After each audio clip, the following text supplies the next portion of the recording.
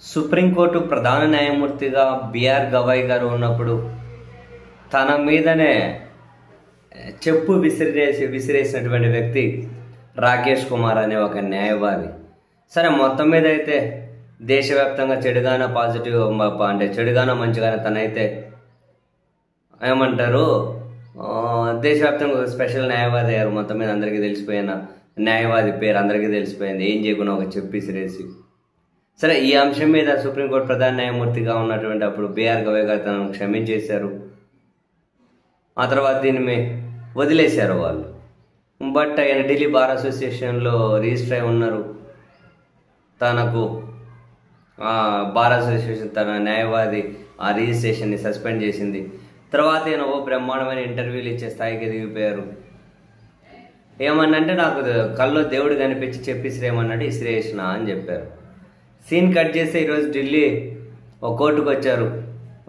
Practice చేయకూడదు, but దేనికి వచ్చారు కోర్టుకు వస్తే ఈయనకు బిఆర్ గవాయ్ గారి మీద చెప్పిసిరేయండి అని చెప్పి కల్లో చెప్పిన దేవుడే మరి అటువైపు ఆ మిగిలిన న్యాయవాదులకు కూడా ఆయన కనిపిస్తే చెప్పు తీసుకొని కొట్టండి అని ఏమన్నా చెప్పారేమో తెలియదు. కానీ ఆ ఢిల్లీ కోర్టులో ఈ రాకేష్ కుమార్ను చెప్పులతో ఏమన్నా కొట్టిండ్రా.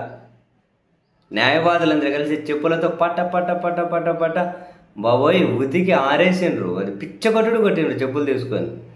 చివరికి అక్కడున్న భద్రతా సిబ్బంది ఆ చెప్పుల దాడి నుంచి ఈయనను కాపాడడం కోసం అష్ట కష్టాలు పడి లాస్ట్కి ఎలాగో మొత్తం చెప్పు దెబ్బలు ఒళ్ళులో ఇంత గ్యాప్ లేకుండా చెప్పు దెబ్బలు తిన్న తర్వాత ఇంకా అప్పటికి వాళ్ళ వల్ల అయింది. వాళ్ళ దాడి నుండి ఈయనను కాపాడడం కోసం. నిజంగా కరెక్టే కావచ్చులేండి. అప్పుడు చెప్పిసిరేమని నాకు ఎవరో కల్లో దేవుడు చెప్పిండట. బహుశా చెప్పుతో కొట్టిన వాళ్ళకి కూడా ఆ కల్లో దేవుడే చెప్పిండేమో, రాకేష్ కుమార్ కనిపించిందంటే చెప్పులు తీసుకుని ఉతికి ఆరేయండి అని. బహుశా అందుకే కొట్టారేమో, అంటే మనకైతే తెలియదు ఎందుకు కొట్టారు. కొట్టడం మాత్రం ఆ వీడియోలు బ్రహ్మాండంగా దేశం మొత్తం చూస్తున్నారు. మొత్తం మీద చెప్పులతో గ్యాప్ లేకుండా కొట్టేసిండ్రు. మధ్యలో కాసేంత చెయ్యి అడ్డ పెట్టుకొని ఆ చెప్పు దెబ్బలను తప్పించుకునే ప్రయత్నం చేసిన వెనకూరు ముందూరు పట్టుకొని పిచ్చకొట్టుడు కొట్టేసిండ్రు చెప్పులతో. అప్పుడు చెప్పు ఇసిరి నేషనల్ న్యూస్ అయ్యాడు. ఇప్పుడు ఇంచుకి గ్యాప్ లేకుండా చెప్పు దెబ్బలు తిని కూడా నేషనల్ న్యూస్ అయ్యాడు.